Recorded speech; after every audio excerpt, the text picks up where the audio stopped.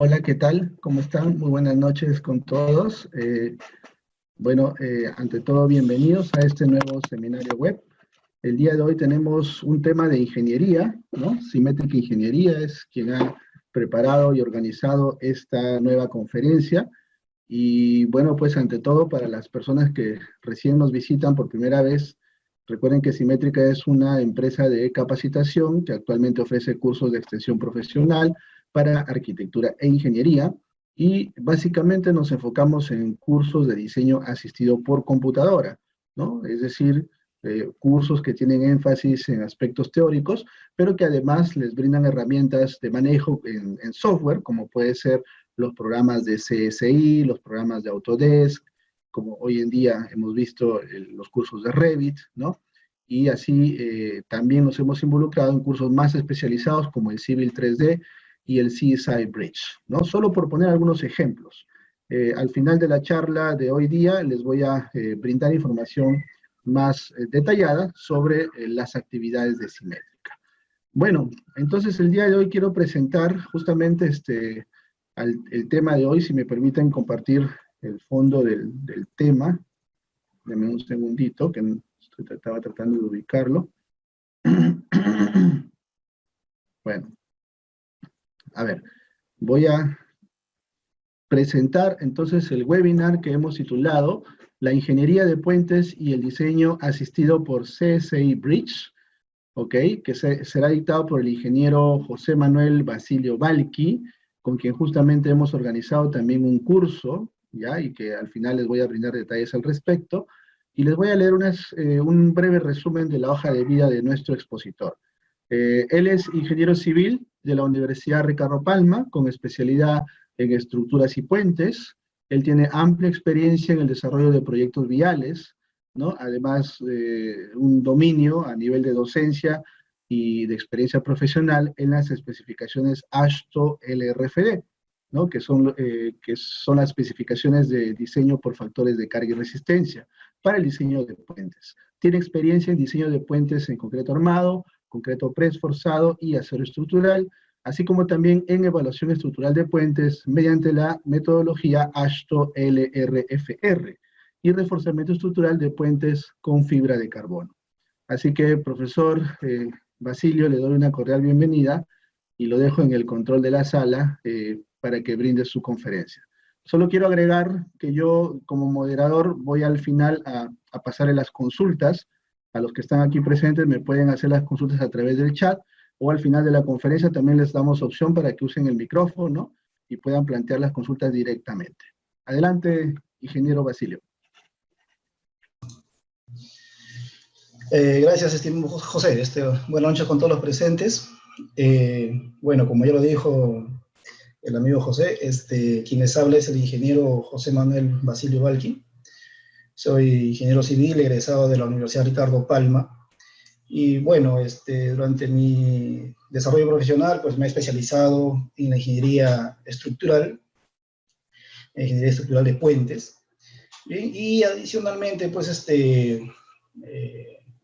me dedico como docente en la Universidad Ricardo Palma, ¿no? Entonces, bueno, antes que todo agradecer la invitación y la cortesía del ingeniero José por permitirnos, bueno, a quien habla y a todos ustedes que están asistiendo gentilmente a esta reunión virtual, ¿no? Esta nueva modalidad en la cual estamos, digamos, desarrollando nuestras actividades cotidianamente, pero que de alguna forma nos ayuda a compartir algunos conceptos, algunos conocimientos en base a nuestras experiencias adquiridas en el desarrollo profesional, académico. Bien, entonces, como yo le dije al ingeniero José, el tema que vamos a desarrollar el día de hoy está relacionado con la ingeniería de puentes y el diseño asistido por CSI Bridge. Bien, en realidad,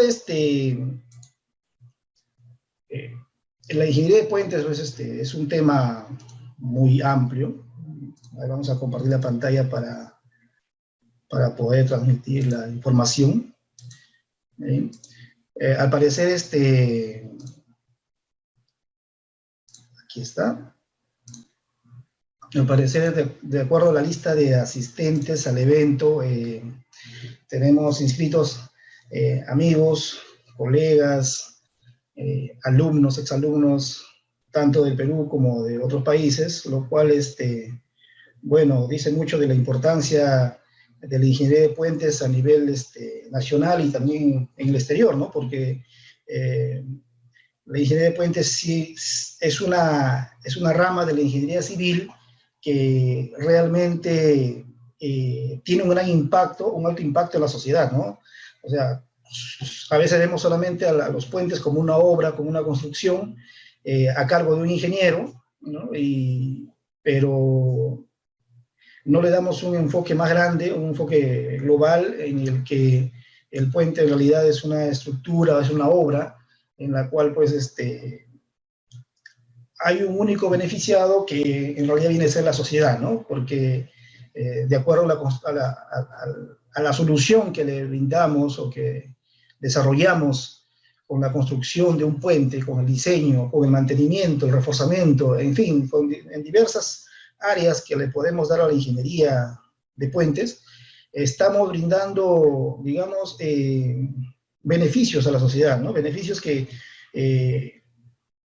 de alguna manera ayudarán a integrar a diferentes pueblos o lugares alejados con las ciudades más importantes, ¿no? Entonces, lo cual, pues, de alguna forma reactiva la economía, reactiva el turismo, la educación.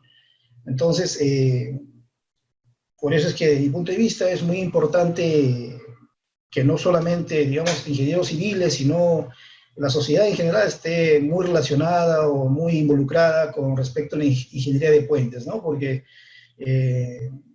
la sociedad, la población es la que, digamos, es el usuario directo de la infraestructura. Entonces, es el principal, ¿no? Interesado en que esas estructuras se mantengan en pie, se mantengan en correcto funcionamiento durante su vida útil, ¿no? Y si de alguna manera estas estructuras empiezan a presentar algún deterioro, algún daño que afecten la transitabilidad, la continuidad, entonces es la sociedad, la población la que debería informar de inmediato, ¿no? Y poner en conocimiento de las entidades o autoridades locales que intervengan de inmediato la estructura que podría estar presentando algún daño, ¿no?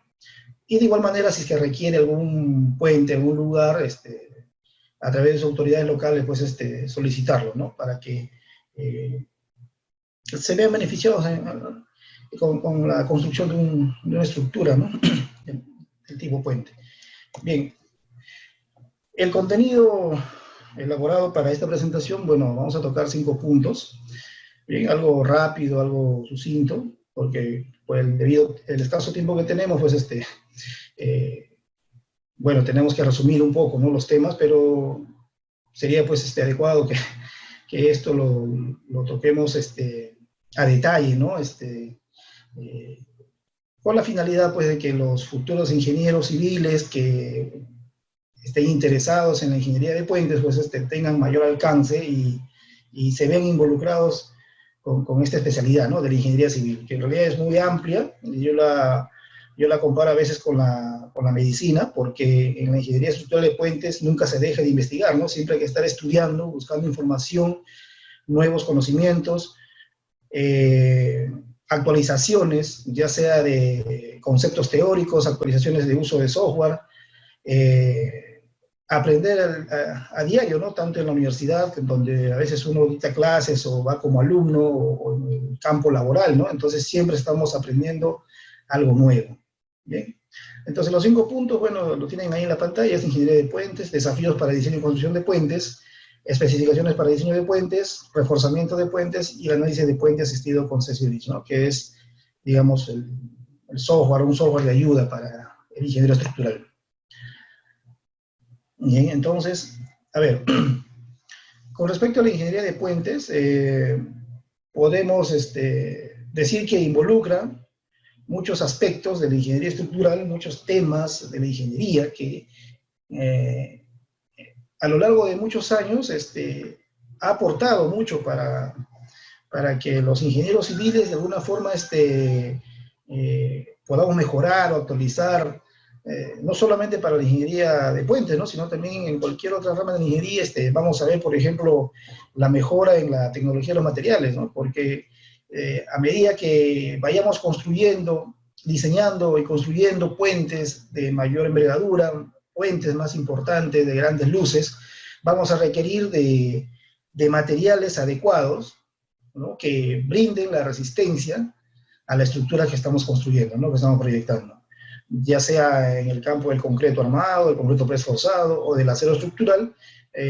Vamos a tener, en primer lugar, que investigar o conocer los nuevos alcances respecto a la tecnología de los materiales, ¿no? De tal manera que esos materiales podamos utilizarlo en el proyecto que estamos elaborando, ¿no? Si no conocemos los nuevos materiales o las ventajas que ofrecen los nuevos materiales, entonces, de alguna forma podríamos continuar con el método clásico, o con el conocimiento que hemos adquirido, pero digamos que no estaríamos optimizando, mejorando el proyecto, ¿no? En virtud a las mejoras en los materiales que pudiesen darse. Bueno, la ingeniería estructural dentro de la ingeniería de puentes es un tema muy importante porque, si bien es cierto, en el Perú y en varios países de América y el mundo tenemos puentes existentes que han sido diseñados y construidos en su época mediante procedimientos de análisis estructural. Digamos que en su momento eran las técnicas o las herramientas adecuadas, ¿no? Con las que contaba el ingeniero civil para poder analizar un puente, o ya sea una edificación, ¿no? Pero eran las herramientas que en su momento existían. Sin embargo, con el paso de los años, las mejoras, la actualización de conocimientos, las investigaciones que van de la mano con el material, han ido aportando nuevos alcances o mejoras para obtener un diseño o un análisis estructural más óptimo, ¿no? Y desde el punto de vista de la seguridad también para la estructura. Bien, de tal manera que una de las herramientas o de los componentes importantes dentro de la ingeniería estructural también, no, perdón, de la ingeniería de puentes es la ingeniería estructural, ¿no? Porque ha ido mejorando con los años el tema de la investigación, del análisis de los puentes, ¿no? De tal manera que tenemos puentes de grandes luces, diseñados, analizados y diseñados con un procedimiento, pues, que refleja el real comportamiento de las estructuras, ¿no? Entonces, eso es, digamos, la importancia de tener conciencia o conocimiento de que la ingeniería estructural, los conocimientos adquiridos en años pasados y con las mejoras en estos momentos, nos van a direccionar a mejorar nuestros diseños de puentes. Y también está relacionado el proceso constructivo, porque si dejamos de lado el procedimiento constructivo que vamos a aplicar en un determinado puente, entonces podríamos de repente iniciar un proyecto que de repente en el papel resulta, pues, interesante haberlo analizado y diseñado, ¿no? Con todos los procedimientos que hemos aprendido, pero si no hemos enfocado el procedimiento constructivo adecuado para el puente que hemos proyectado, entonces puede que el proyecto, pues, no llegue a buen fin, ¿no? Entonces, muchas veces se ha visto en algunos proyectos que se ha proyectado bien la estructura, se ha hecho un correcto análisis y diseño, ¿no? Incluso con software de última generación, software avanzados, pero que sin embargo se descubrió el procedimiento constructivo y que al final, durante la ejecución de la obra, tuvo que ser cambiado, ¿no? Entonces, todos esos aspectos tienen que ser tomados en cuenta. Obviamente, cuando el puente ya adquiere una importancia relativa, una longitud considerable, el procedimiento constructivo se hace más importante, ¿no? Porque hay que ir verificando esfuerzos y el comportamiento mismo de la estructura a medida que vamos avanzando con la obra. ¿Bien? Entonces, todos estos componentes tienen un resultado final que viene a ser el desarrollo de la sociedad, ¿no? Como le dije anteriormente, toda obra de ingeniería que estamos desarrollando, que vamos a ejecutar, tiene un único beneficiado, que es la sociedad, ¿no? Entonces, si pueden visualizar la imagen, de repente en la imagen de la izquierda podemos visualizar uno de los antiguos puentes construidos en el Imperio de los Incas, ¿no? Que estaba conformado por tejidos, ¿no? Elaborados por los pobladores de la zona. Sin embargo, en la actualidad, acá en el Perú tenemos un puente pues, importante de más de 300 metros, de tipología colgante, que bueno, refleja de alguna forma cómo hemos avanzado en el procedimiento de diseño y construcción de puentes, ¿no? Digamos de construcción, porque el diseño de este puente viene pues de otro país, pero en la construcción sí ha sido una obra pues importante, ¿no? Para nosotros. Entonces, es, digamos, una visión de lo que refleja la construcción de un puente, ¿no? El diseño y construcción de un puente. ¿Bien? Entonces, como medidas, una aplicación que le podemos dar a los puentes a corto plazo, ¿no? En cuanto sabemos, muchos de los colegas que estamos aquí en la presente sesión y los futuros ingenieros que seguramente están en formación, sabrán, pues, o sabemos todos que el ciclo del proyecto de un puente es un poquito, ¿no? Extenso, tiene ciertos tiempos o plazos que ejecutarse, y que bueno, mientras que esos plazos se ejecutan o esos plazos se van acortando para que el puente finalmente pues esté construido, pues el usuario sigue haciendo uso de las vías, ¿no? Entonces, una solución o una medida a corto plazo con la intención de brindar seguridad al usuario y brindar una correcta transitabilidad por las vías es, digamos, la instalación de puentes modulares. Son puentes de armado rápido, ¿no? Que fueron utilizados por primera vez en la Segunda Guerra Mundial, y que en la actualidad pues han ido mejorando la tecnología, la fabricación para la utilización del acero, y bueno, son estructuras que se han instalado en el Perú, en otros países, y que hay un amplio conocimiento respecto a la instalación de este tipo de puentes y su utilización, ¿no? Es muy práctico, muy rápido de instalar y asegura la transitabilidad, ¿no? Como vemos acá, tenemos un puente reticulado cuya capacidad estructural seguramente ya ha sido ampliamente superada, ¿no? El puente que ven en la imagen a la izquierda, y que de alguna forma, como medida de precaución o de prevención, mientras se elabora el expediente técnico o el estudio para la construcción de un nuevo puente, con las características y las especificaciones y el nivel de seguridad que exigen las especificaciones de diseño de puentes, se optó por instalar un puente modular, de tal manera que el usuario no vea afectada pues, su integridad, ¿no? Debido a un colapso súbito de esta estructura, ¿no? que de alguna forma ya cumplió su vida útil, ¿no? Como es la estructura articulada que vemos en la imagen de la izquierda. ¿Bien? Entonces, y así, ¿no? La estructura modular, como ven en la imagen, es una solución muy utilizada, no solamente en ese caso, como estamos viendo, sino también cuando colapsa un puente. Una solución a corto plazo que aplicamos siempre es el de instalación de un puente modular, ¿no? Que bueno, tiene un ciclo de vida útil corto, ¿no? Eso ya obedece a la exigencia de la compra que se realiza, ¿no? A las exigencias del diseño que se le solicita al fabricante. Entonces, por eso se le llaman puentes temporales, ¿no? Porque su vida útil está limitada a un cierto periodo de tiempo, ¿sí? No es como un puente definitivo que tiene un periodo de tiempo mucho más prolongado, ¿no? De acuerdo a las especificaciones de diseño. ¿Sí? Otro alcance respecto a la ingeniería de puentes consiste en el reemplazo de puentes con deficiente capacidad estructural, funcional y estructural, ¿no? Esto quiere decir que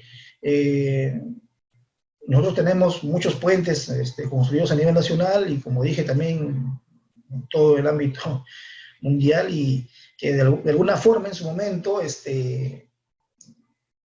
brindaban un adecuado funcionamiento, ¿no? Un adecuado comportamiento en la época en la que se instaló, se construyó un determinado puente. Sin embargo, con el paso de los años, vemos que la capacidad estructural, pero la capacidad hidráulica a veces es superada, ¿no? Por el nuevo comportamiento de la naturaleza, que empieza a incrementarse paulatinamente el caudal de los ríos.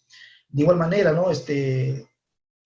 las calzadas las calzadas de las carreteras requieren ciertas dimensiones con elementos de seguridad, como son las bermas, y finalmente la capacidad estructural del puente también es superada, ¿no? Con el paso de los años, lo cual pues implica que la estructura que en su momento se encontraba funcionando en buenas condiciones, se vea afectado de alguna forma, por lo que es conveniente, ¿no? De alguna forma realizar su reemplazo. Ahora, muchas veces, y esto lo comento muchas veces a los alumnos de la universidad, a veces cuando hablamos de reemplazo, siempre se tiene la idea de que vamos a reemplazar un puente por la misma tipología, ¿no? Si antes teníamos un puente reticulado, como vemos en la imagen, deberíamos también reemplazarlo por un puente de la misma tipología, ¿no? Pero hay que elaborar unas alternativas de reemplazo de puentes, ¿no? De tal forma que determinemos o encontremos la mejor alternativa que se adapte al entorno, ¿no? Porque, como ven en la imagen, tenemos un puente reticulado y luego tenemos un puente con vigas postensadas. Entonces, son soluciones o tipologías estructurales totalmente distintas. Eso se debe, pues, a que luego de la evaluación de alternativas de reemplazo de puentes, para esta ubicación específica, se vio por conveniente optar por la tipología de puente con viga postensada, porque era la solución, se podría decir, más adecuada desde el punto de vista técnico y económico, ¿no? Solamente para finalizar este tema, el puente reticulado que está en la imagen estaba construido a una distancia aproximadamente de 100 metros de la orilla del mar, lo cual, pues, implica que, debido a brisa marina, la estructura metálica, pues, se ve afectada constantemente, ¿no? Sin embargo, una estructura preesforzada, de tipo viga postensada, al ser de concreto, pues, no presenta ese problema, ¿no? De su vida útil, de oxidación o corrosión. Entonces, viendo ese detalle, pues, optamos por una solución más adecuada para el reemplazo de un puente. Una experiencia aquí en el Perú que fue muy elaborada, muy pensada y trabajada por un equipo de colegas, de profesionales, fue la construcción de un puente ubicado en el Cusco, en el que únicamente se contaba con una estructura modular, ¿no? De aproximadamente 39 metros, que, como ven en la imagen, se encontraba casi a ras del río, ¿bien? Y en épocas de máxima avenida, en esa ubicación, el nivel del agua llegaba incluso hasta el tablero. Incluso ese puente había sido levantado, creo que un par de metros, sobre el nivel de la rasante. Sin embargo, el río siempre aumentaba su caudal y ponía en riesgo la estructura. Entonces, un trabajo importante que se desarrolló en su momento fue, pues, buscar una solución adecuada para este puente, ¿no? Para este punto específico, en el cual se determinó que la tipología o la estructura más adecuada para salvar este obstáculo era, pues, el arco de tablero superior, ¿no? Entre tantas otras tipologías, esta fue la más adecuada, y obviamente, pues, el arco es la estructura perfecta, ¿no? Que conocemos los ingenieros civiles y específicamente los ingenieros estructurales que estamos inmersos en este tema, ¿no? Entonces, tiene un adecuado comportamiento estructural el puente, y más aún el puente arco de tablero superior, ¿no? Porque permite, de alguna forma, en un tiempo futuro, poder ampliar, si es necesario, ampliar el tablero, ¿no? Porque la estructura principal se encuentra en la parte inferior, entonces el tablero está libre para poder hacer algún cambio que se requiera, ¿bien? Entonces, eso fue una de las obras, digamos, más importantes que se ha tenido acá en el Perú. El puente todavía se encuentra en construcción, pero pasamos de 39 metros a una longitud total de 202 metros, ¿no? Entre ejes de estribos, entre ejes de apoyos en los estribos. Mientras que la longitud total de los arcos, o del arco, perdón, bueno, se podría decir arco, ¿no? Porque son dos, medidos entre los arranques, es de 150 metros. ¿Bien? O sea, una estructura importante que se logró desarrollar. Ahora, este puente, como lo mencioné, marcó un desafío, un trabajo importante para un grupo de profesionales, se consideró en su momento, de acuerdo a las condiciones durante la ejecución o durante la elaboración de los estudios, que el procedimiento constructivo del arco, que es la estructura importante en este tipo de puentes, es el elemento estructural más importante que como dije hace un momento, ¿no? Tenemos que tener en cuenta durante el procedimiento constructivo. Entonces, se consideró en su momento, de acuerdo a las condiciones de campo, seguramente, que el procedimiento constructivo se podía considerar el abatimiento de semiarcos, ¿no? Lo cual consistía, pues, en construir los arcos de forma vertical, como vemos en la imagen, y luego, a través de unos equipos especiales, lograr el abatimiento desde ambos arranques, con una especie de rótulas en los arranques, de tal forma que a medida que va rotando el semiarco de concreto armado, iba a encontrarse con el otro semiarco y en el tramo central, en la clave, darle los anclajes adecuados, de tal manera que el arco pues, se encuentre perfectamente construido, ¿no? Y en la zona de las rótulas, darle la seguridad que requería, ¿no? Dejar la protección necesaria. Sin embargo, durante la ejecución de la obra, pues se vio que la solución prevista con el abatimiento de los semiarcos, pues no iba a ser tan factible, por lo que se optó por cambiar el procedimiento constructivo mediante la instalación de un falso puente, mediante el sistema tradicional de atirantamiento, ¿no? En la cual, mediante unas torres auxiliares y unos cables de retenidas, se fue avanzando progresivamente con el encofrado, mejor dicho, llamado falso puente, ¿no? Una estructura arco metálica, sobre la cual se construyó, o se elaboró el encofrado del arco de concreto, ¿no? El arco principal. Entonces, una vez que se tiene el arco, como ven en las imágenes, ya es fácil de continuar con la obra, ¿no? Las columnas, las vigas y la losa ya son elementos que se pueden ejecutar, se pueden construir luego de haber construido el arco. Entonces, eso sería, en líneas generales, algunos alcances respecto a ese tipo de puente, ¿no? Puente arco de tablero superior. Un puente, digamos que hasta hace unos años ostentaba el récord mundial en esta tipología, es el puente Akashi Keiko, que está ubicado en Japón. Es un puente suspendido, como comúnmente lo llamamos colgante. En este caso sería puente colgante con fiador cargado. Está ubicado pues, en una zona de tifones, en donde incluso la velocidad del viento llega a velocidades de 200 kilómetros por hora, lo cual es una velocidad muy alta para una estructura de esta tipología, una estructura flexible.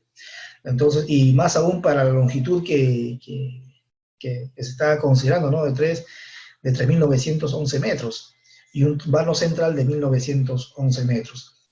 Entonces, ¿por qué esta estructura se podría decir que tiene una cierta importancia en cuanto a la enseñanza para la ingeniería estructural de puentes, y que particularmente me llama mucho la atención? Es porque el estudio de este puente creo que duró aproximadamente 10 años, ¿no? Las investigaciones que se desarrollaron para proyectar este puente tuvo un buen tiempo de desarrollo, pero uno de los aspectos importantes es que para poder analizar a detalle este puente, los ingenieros a cargo del proyecto elaboraron un prototipo, una maqueta, cuya longitud era aproximadamente de 40 metros. Entonces, con lo cual pues, se buscaba ensayar ese modelo a escala en un laboratorio para poder determinar cuál es el comportamiento de este puente, el comportamiento estructural de este puente, debido a acciones sísmicas y de acciones del viento, ¿no? De las dos solicitaciones, pues se llegó a la conclusión de que la solicitación del viento era la más crítica para el puente. Entonces, cuando se buscó ensayar este tipo de puente en un laboratorio, pues en Japón no había un laboratorio. Entonces lo primero que tuvieron que hacer era construir un laboratorio para poder estudiar este puente, ¿no? Al detalle. Después otro detalle importante de este puente es que durante su construcción, en el año 95, se dio el sismo de Kobe, un sismo de alta intensidad en Japón, que cuando ocurrió el sismo, el puente recién se estaba construyendo la cimentación. Entonces, lo cual, pues, luego del sismo, los ingenieros evaluaron nuevamente la cimentación, evaluaron el proyecto y vieron que no había afectado, ¿no?, en nada al proyecto que estaban desarrollando. Entonces se continuó con la obra y es la que, como dije, hasta hace unos 2 años más o menos, ostentaba el récord mundial en esta tipología de puente, ¿no? En la cual, como podemos ver, este tipo de puente está conformado por diferentes materiales, que es un cable de alta resistencia, acero estructural, concreto, en fin, una combinación de materiales que debieron haber sido estudiados previamente, ¿no?, con la finalidad de ser utilizados correctamente en la construcción de este puente, ¿no? Y de la cimentación profunda, pues es otro tema que se podría hablar ampliamente de este puente, ¿no?, porque tiene una cimentación profunda muy interesante, ¿no?, dentro de ese cauce que estamos viendo, ¿no? Bien, actualmente el puente que ostenta el récord mundial en esta tipología, pues se encuentra en China, ¿no?, que ha sido construido recientemente. Los desafíos para diseño y construcción de puentes, ¿no?, ya sea en el Perú o en cualquier país vecino o a nivel mundial, creo que son los relacionados con los eventos hidrometeorológicos y los eventos sísmicos, ¿no? Son los eventos naturales que de alguna forma nos van enseñando a los ingenieros civiles que debemos ir mejorando constantemente nuestros procedimientos de diseño y construcción de puentes, ¿no? Básicamente porque los puentes, pues, los construimos en un río, una quebrada, entonces siempre va a estar expuesto a un evento hidrometeorológico y obviamente, pues, si estamos ubicados en una zona altamente sísmica, pues vamos a tener que tener en cuenta estos aspectos, estos detalles, con la finalidad de brindarle la seguridad necesaria a nuestros puentes, ¿no? Como vemos en la imagen de la izquierda, el Perú y Ecuador prácticamente se encuentran, pues, expuestos a los eventos hidrometeorológicos que normalmente llamamos, ¿no?, fenómeno del Niño, que se dan entre los meses de diciembre a enero, febrero y marzo, ¿no? Entonces, que sabemos que ocasiona el incremento del caudal de los ríos y que trae como consecuencia, pues, el colapso de muchos puentes, ¿no?, lo cual no debería darse, pero estamos expuestos a ese problema, ¿no? Pues por eso que en la actualidad debemos tener en cuenta estos detalles para poder proyectar puentes más seguros, ¿no? Y con respecto a los eventos sísmicos, pues es bien sabido, pues, que el Perú, como Chile, ¿no?, estamos dentro de una zona altamente sísmica, también el país como Ecuador, entonces debemos tener en cuenta estos detalles para poder proyectar puentes más adecuados, ¿no? Entonces los eventos hidrometeorológicos lo que ocasionan en los ríos, pues, es el incremento de caudal, que trae como consecuencia la socavación y, pues, el colapso del puente, ¿no? Los eventos sísmicos traen temblores, terremotos y finalmente pueden traer el colapso del puente, de ser el caso. ¿Bien? Con respecto al incremento del caudal, que es un evento, pues, que va repitiéndose en nuestro país progresivamente, ¿no? E incluso con mucho más, más intensidad, en menores tiempo, ¿no? Porque antes había digamos, un rango de tiempo en el cual se daba el incremento del caudal y ya estaba prevenida, digamos, la sociedad, ¿no? Pero ahora creo que se da con mayor intensidad y en un menor paso del tiempo, entonces lo cual obliga a tener una mayor consideración o criterio para el diseño de los puentes, ¿no? Entonces, Si vemos en las estadísticas elaboradas por el Estado de Nueva York en el año 2006, vemos que un gran porcentaje del colapso de puentes se debe a eventos relacionados con el incremento del caudal. ¿Bien? Y bueno, pues esto obedece seguramente en cierta forma al cambio climático, ¿no? Porque de repente, en su momento, cuando se construyó o se proyectó un puente, como el que vemos en la imagen, cumplía con todas las condiciones o con todas las recomendaciones de los estudios básicos. Sin embargo, con el paso del tiempo, y debido también a este problema del cambio climático, el incremento del caudal va aumentando progresivamente, por lo que, como vemos en la imagen, en un determinado momento ese puente prácticamente quedó sumergido por las aguas del río, ¿no? Entonces eso, para esa condición no fue la que se diseñó y se construyó el puente, sino para una condición en la que el agua nunca iba a afectar a la superestructura, pero como vemos, el agua de alguna forma está afectando a la superestructura, y si bien es cierto, ese puente tiene una cimentación profunda adecuada que va a evitar que la socavación afecte o colapse el puente, pero si el caudal sigue aumentando de esa forma, entonces va a haber un momento en el que la superestructura va a ser ¿no? arrasada o va a ser llevada por el río, lo cual tampoco no es una solución, no es lo que se espera, ¿no? No es lo que se quiere de un puente. Entonces, todos esos detalles hay que tenerlos en cuenta, ¿no? Ahora, de repente, cuando el puente está construido en zona urbana, de repente es un poco complicado elevar la rasante y evitar, ¿no? que el agua afecte a la superestructura. Sin embargo, hay unas soluciones, como vemos aquí en la imagen, como consecuencia de la socavación de un puente similar al que vimos en la imagen interior con apoyos intermedios, ¿no? Debido a un incremento del caudal o un evento del fenómeno del Niño, colapsó este puente, y en su lugar, pues, se construyó un nuevo puente de tipo arco de tablero inferior, sin apoyos intermedios que se vean afectados debido al incremento del caudal. Incluso el tablero tiene una cierta curvatura hacia arriba que de alguna forma ayuda y mejora al gálibo libre o la luz libre, la altura libre que debe haber entre el tirante máximo de aguas y el fondo de la superestructura, ¿no? Con respecto a un evento sísmico ocurrido acá en el Perú, o un daño en un puente acá en el Perú debido a un evento sísmico, es el que ocurrió en el año 96.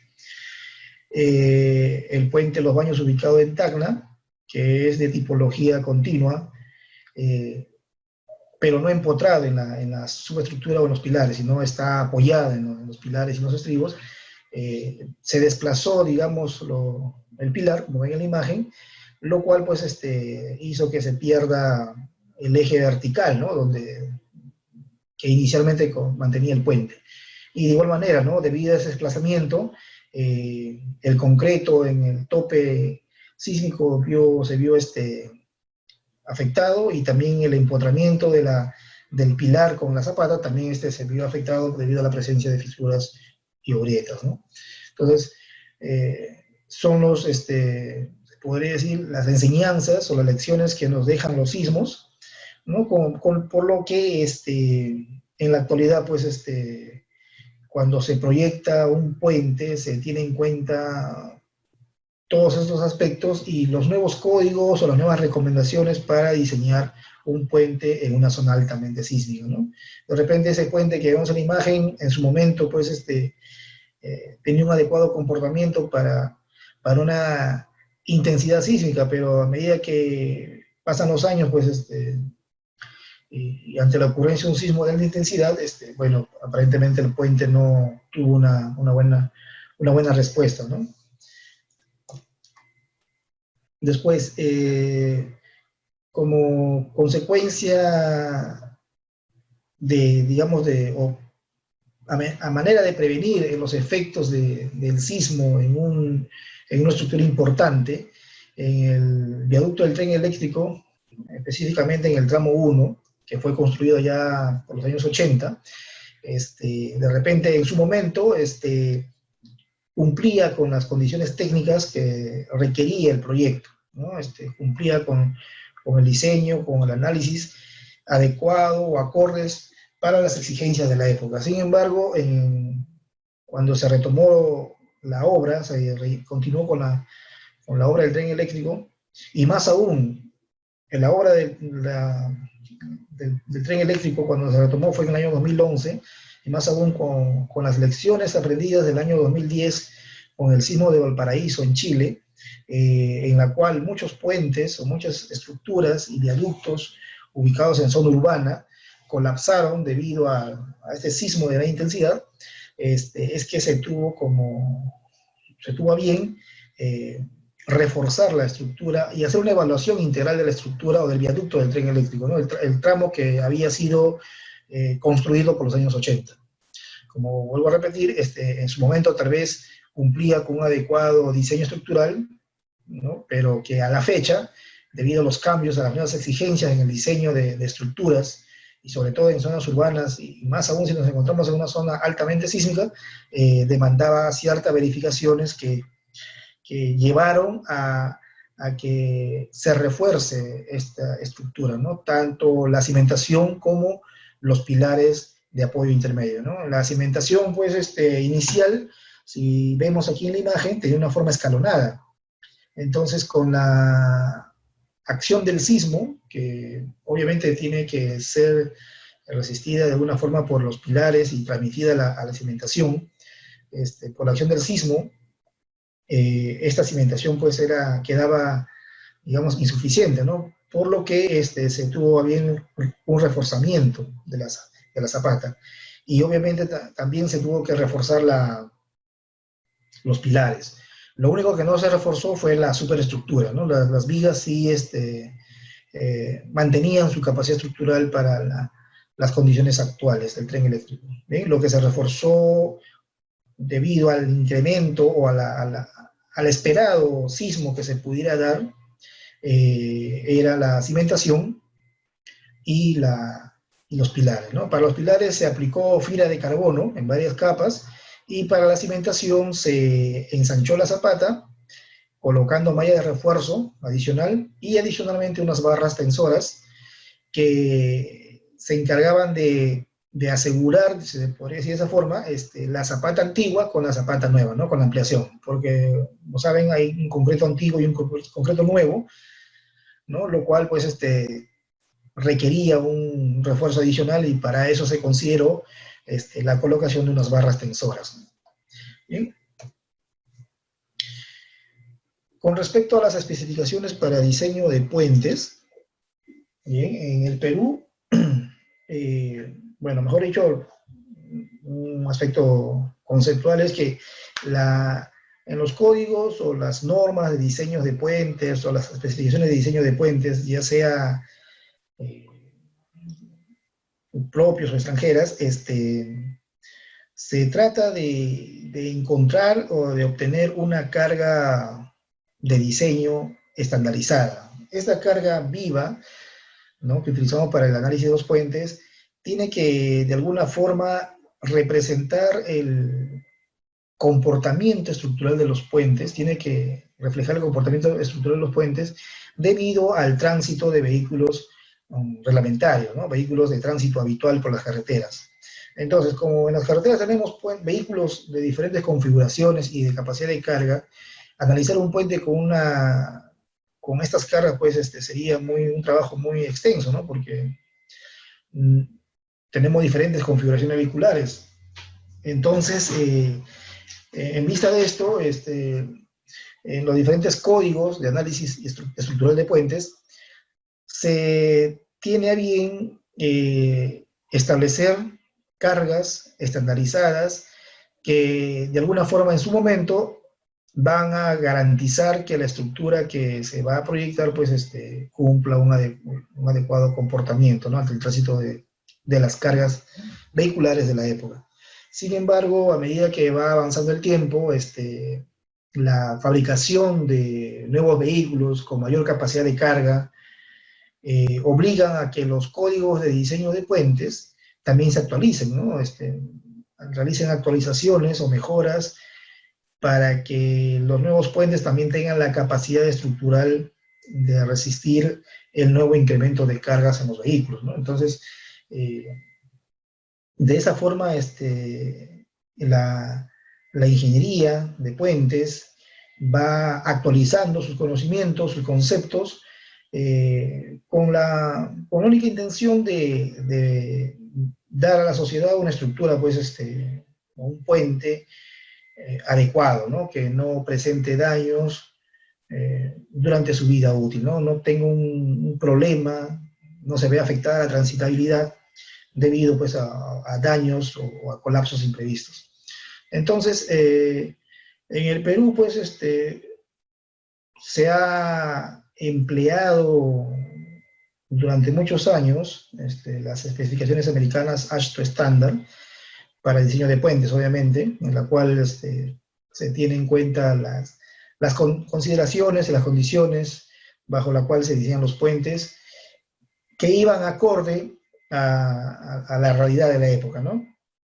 Simultáneamente también se han utilizado especificaciones francesas para el diseño de puentes, y en la actualidad, pues, tenemos las especificaciones americanas AASHTO LRFD, que en realidad es una evolución o una mejora de las especificaciones estándar. Es por eso que en las especificaciones LRFD, pues, encontramos muchos factores, parámetros y cargas, se podría decir, que también se utilizaban en el código estándar, ¿no? Pero con algunas mejoras, algunos factores de seguridad que buscan digamos, que la estructura, pues, tenga un adecuado diseño, ¿no? Desde el punto de vista también de la economía y de la seguridad, ¿sí?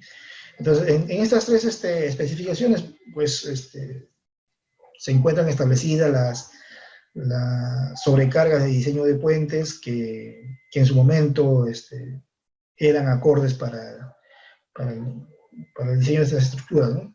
Entonces, aquí vemos, por ejemplo, las especificaciones americanas AASHTO estándar, que establecieron unas cargas vivas para análisis de puentes.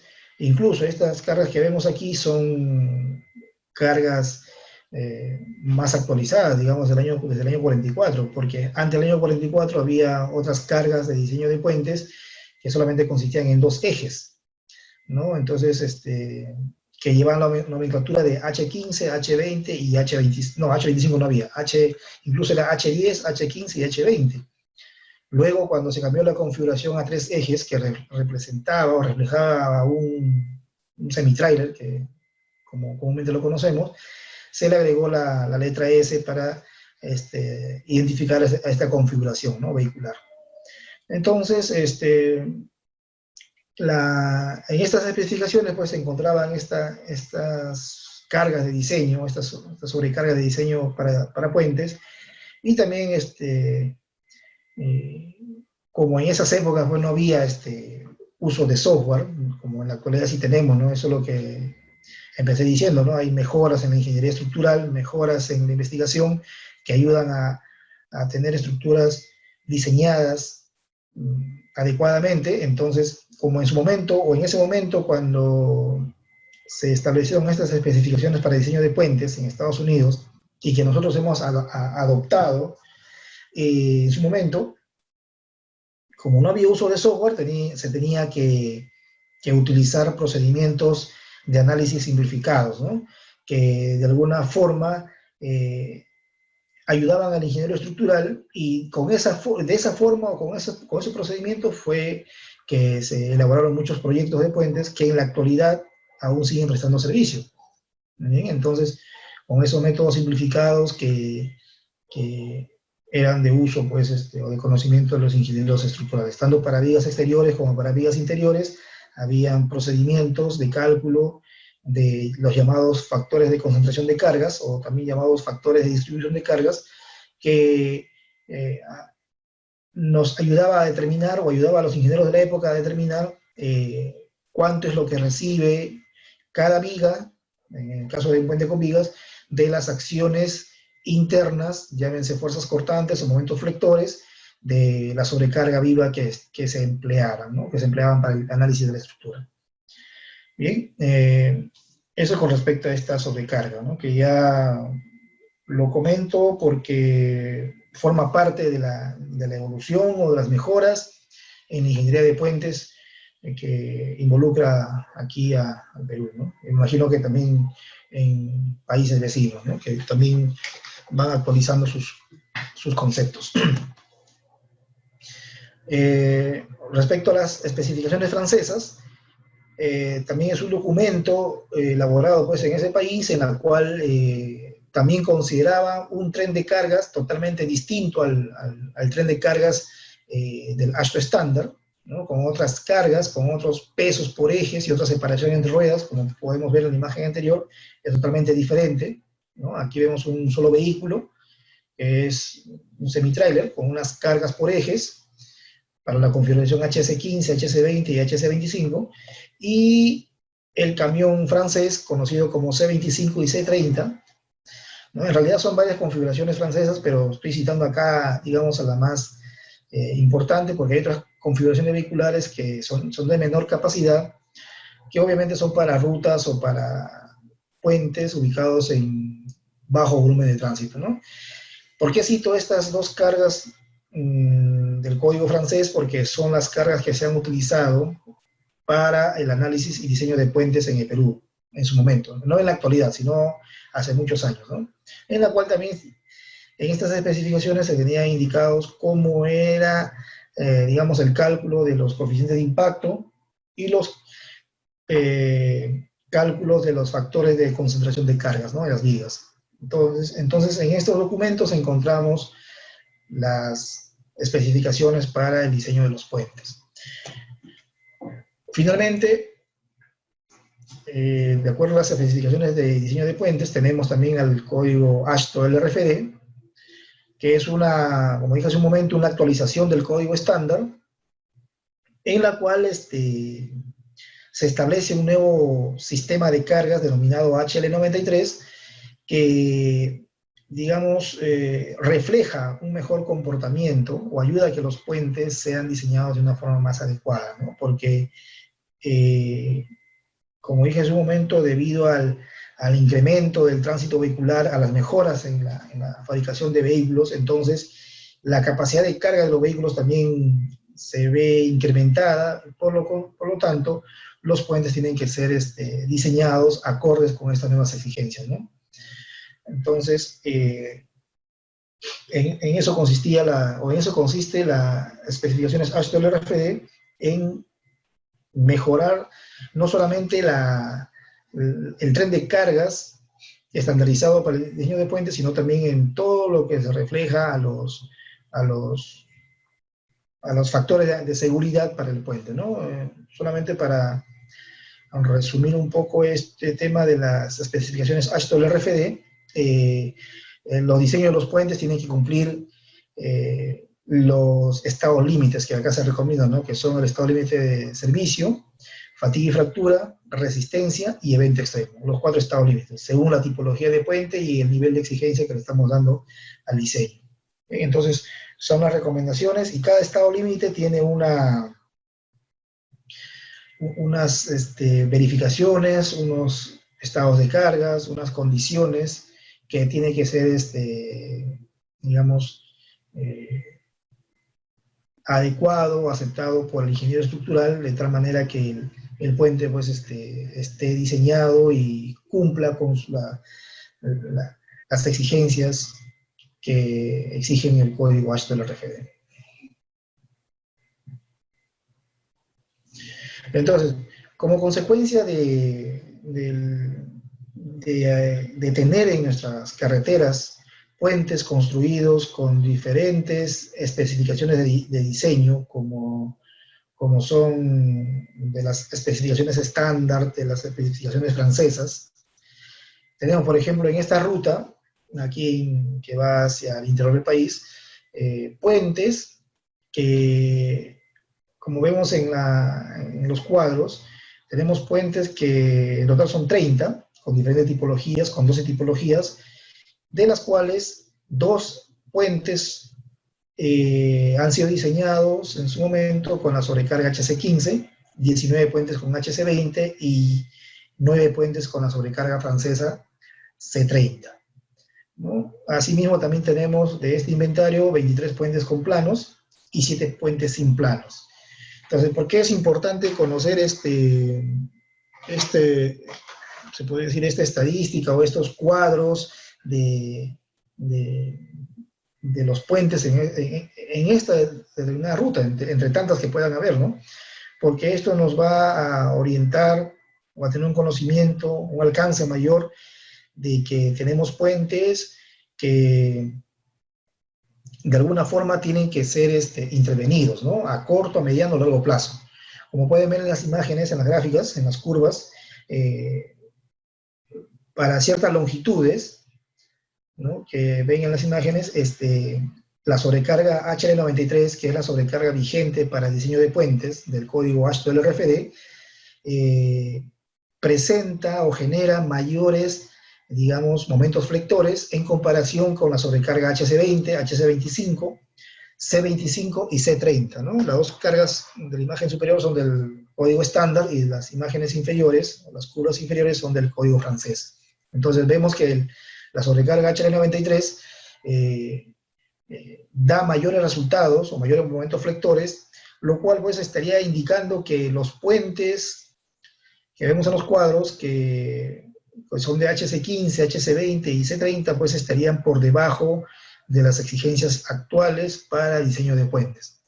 Entonces, ahora, ¿por qué es importante saber si estos puentes tienen planos o no tienen planos, ¿no? Porque si estamos viendo de que prácticamente todos los puentes construidos en esta ruta son con la sobrecarga o han sido diseñados con una sobrecarga antigua, entonces lo que ameritaría sería una evaluación estructural de estos puentes, de tal forma de que podamos reforzarlo, ¿no? Podemos de repente incrementar su capacidad estructural, ¿no?, para la sobrecarga HL93 y darle un reforzamiento estructural adecuado. Entonces, de acuerdo a los planos que se cuenten, con lo que contemos en una base de datos, podemos de repente saber cuáles son las características de esos puentes, cuáles son digamos, las especificaciones de los materiales que se utilizaron para estos puentes, resistencia al concreto, de repente fuerza de tensado de los cables, grado del acero.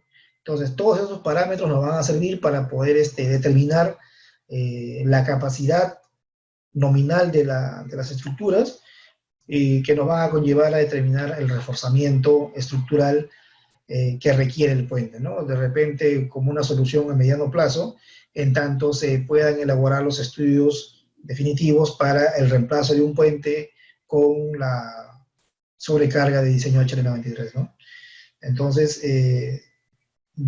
esta es la intención de digamos, conocer cuáles son las sobrecargas de diseño de puentes que se utilizaban hace muchos años, y que esto pues trae como consecuencia de que muchos puentes de repente estén por debajo de una capacidad estructural requerida, ¿no?, para una determinada ruta, y que pues requieren un reforzamiento dependiendo el tipo de puente, ¿no? Porque no se aplica el nuevo reforzamiento a todos los puentes. Para cada tipología de puente, para cada tipología estructural y para cada, digamos, material empleado en la construcción del puente, se va a aplicar un reforzamiento estructural que cumpla, ¿no?, con los niveles de seguridad que se requieren.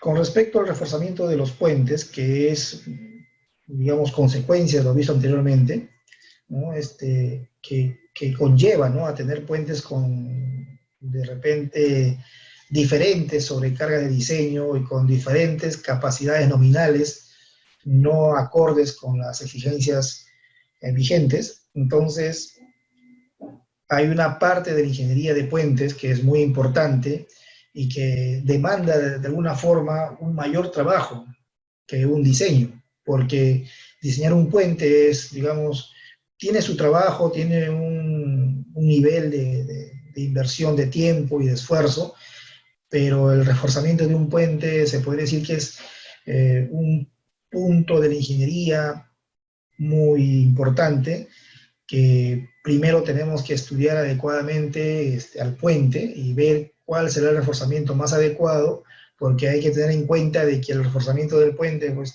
tiene que ser correctamente suministrado o tiene que estar bien considerado de tal forma de que durante el tiempo que va a estar prestando servicio a la estructura, pues no se ve afectada pues, ¿no? la seguridad del usuario, que es, al final de cuentas, como vuelvo a repetir, el principal beneficiado con las estructuras de los puentes, ¿no?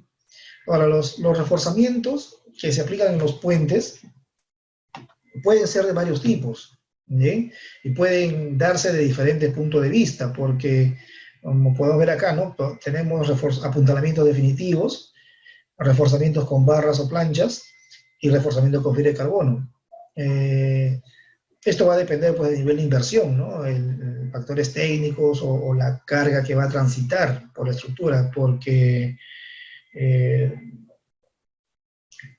como le dije hace un momento, en los códigos de diseño de puentes, que mencioné hace un momento, tanto el estándar como el francés y el RFD, y entre tantos otros códigos de diseño de puentes que puedan haber en todo el mundo, siempre se busca estandarizar una carga, ¿no? Una carga de diseño que represente el comportamiento de los puentes ante cualquier carga reglamentaria, ¿no? Que, por ejemplo, en el Perú contamos con el Reglamento Nacional de Vehículos, que en la cual indica cuáles son los pesos por ejes en los vehículos, ¿no?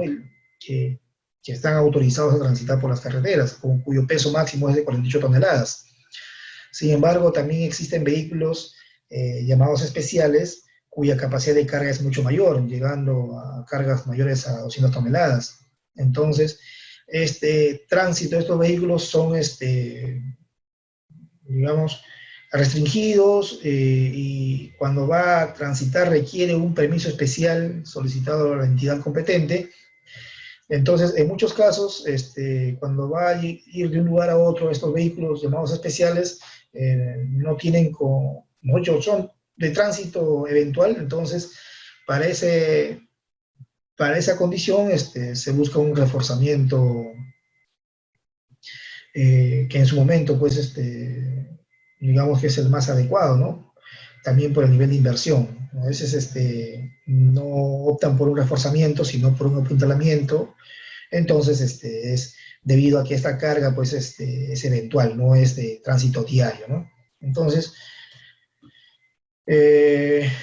como un apuntalamiento definitivo, pues vemos aquí estos puentes que inicialmente pues no tenían esos puntales, ¿no? Que están viendo en la imagen, son puentes del tipo pórtico que si no recuerdo son con sobrecarga HC20, que cuando se construyó, como lo voy a repetir, cuando se construyó el puente, pues seguramente tenía la capacidad estructural adecuada, ¿no? Pero a medida que fueron pasando los años, y más aún en esta ruta en la cual transitan estos vehículos llamados especiales,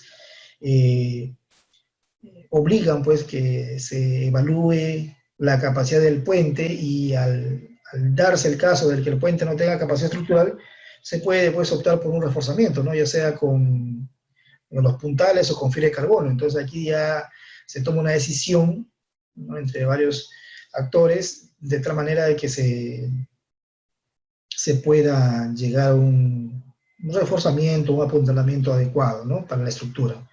De tal manera de que el tránsito de los vehículos no afecten a los puentes. Entonces, ahí pueden ver estos puentes, incluso hay una imagen en la cual con los alumnos de la universidad pues hemos tenido la oportunidad de inspeccionar, ¿no? Si estos puntales se encuentran en buenas condiciones, porque son soluciones que hay que estar monitoreando constantemente, Incluso si se dan cuenta en las imágenes, hay una imagen en la cual el puntal está de color plomo, si no me equivoco, y después está de color anaranjado.